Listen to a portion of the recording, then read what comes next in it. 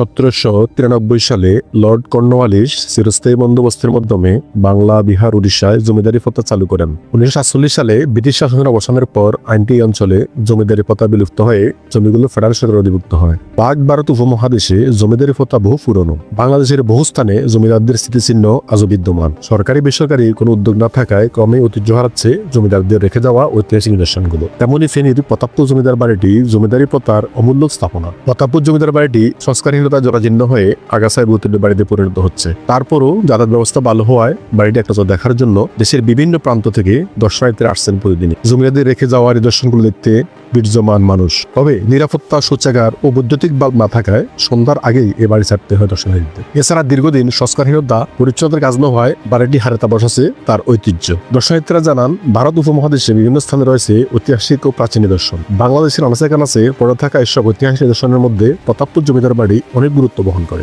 এখানকার দালান কোঠা দেখতে অনেকটা নারায়ণগঞ্জের পানাম সিটির মতো। ফলে কম সময়ে ফেসবুক ও ইউটিউবের মাধ্যমে ঐতিহ্য, ইতিহাসের কথা শুনে দেশের বিভিন্ন প্রান্ত থেকে মানুষজন ছুটে আসেন এই স্থাপনাটি দেখতে। ইতিহাস থেকে জানা যায় 1850 সাল নাগাদ এই জমিদার বাড়ি নির্মিত হয়। বাংলা 1228 সালে 13 ফাল্গুন শেষ হয় এই জমিদার বাড়ি নির্মাণ কাজ। এই জমিদার বাড়ির প্রতিষ্ঠাতা ছিলেন রাজা রাজকৃষ্ণ সাহা ও রামনাথ কৃষ্ণ সাহা। স্থানীয়দের কাছে এটি প্রতাপপুর বড় বাড়ি হিসাবে পরিচিত। প্রায় 13 একর জায়গা জুড়ে এই জমিদার বাড়িটি নির্মাণ করা হয়। বাড়িতে রয়েছে 10টি ভবন ও 13টি পুকুর।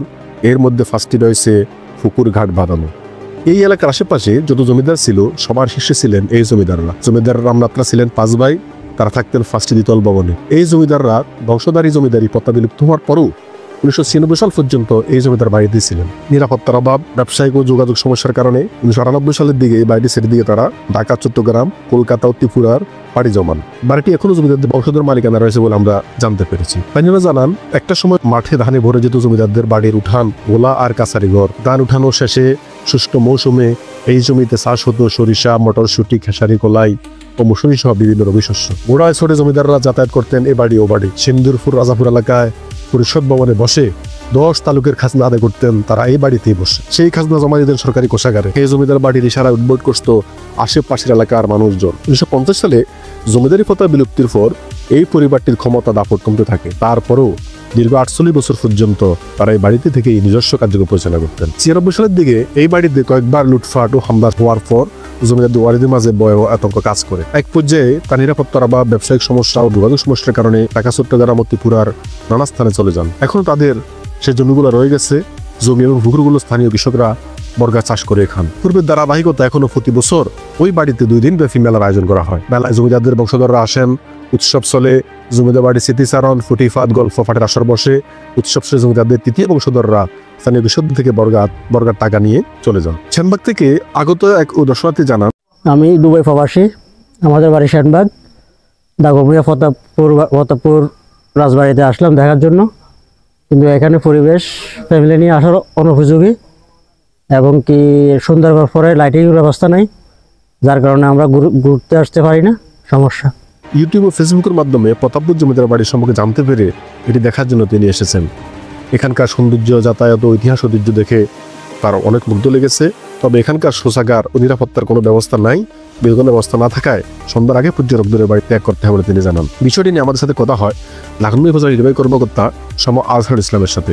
তিনি জানান, প্রতাপপুর জমিদার বাড়িটি দাগনভূঞা 3 নম্বর ইউনিয়নের পূর্ব চন্দ্রপুর ইউনিয়নে অবস্থিত। এটা এখানকার খুব ঐতিহ্যবাহী একটি জায়গা। তবে অযত্ন অবহেলার কারণে এটা আসলে এখন জনসাধারণের ব্যবহার কিংবা ওখানে পরিদর্শনের সুযোগ সীমিত হয়ে আছে।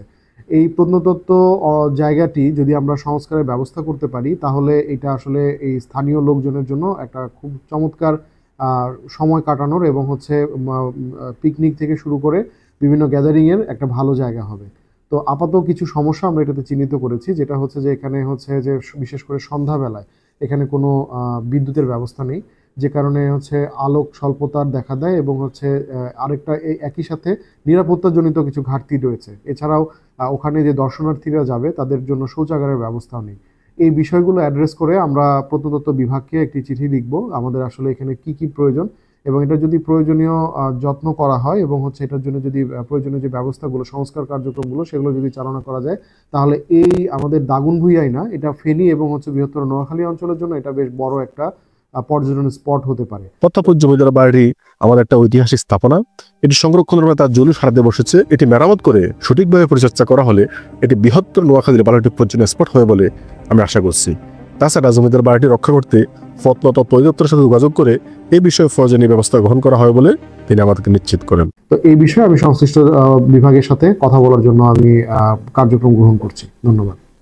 আমরা চাই আমাদের ইতিহাস ঐতিহ্য স্থাপনাগুলো টিকে থাকুক, দাগনভূঞাবাসী এবং আমাদের বৃহত্তর নোয়াখালীবাসী আমাদের একটা পাল্লাটা পর্যটন দৃশ্য দেখুক, এই আশাবাদ আমাদের সবসময় থাকবে। আমরা আশা করব আমাদের ফেনী জেলা প্রশাসন, নারায়ণগঞ্জ উপজেলা প্রশাসন, স্থানীয় প্রশাসন একসাথে বসে এই স্থাপনাটা কীভাবে রক্ষা করা যায় এবং এই ইতিহাস ঐতিহ্যকে কীভাবে রক্ষা করে আগামী অনাগত প্রজন্মের কাছে তুলে দেওয়া যায় সে বিষয়ে তারা দেখভাল করবেন। দাগনভূঞার প্রতাপপুর জমিদার বাড়ি থেকে এই ছিল আমার কাছে সর্বশেষ। আসসালামু আলাইকুম।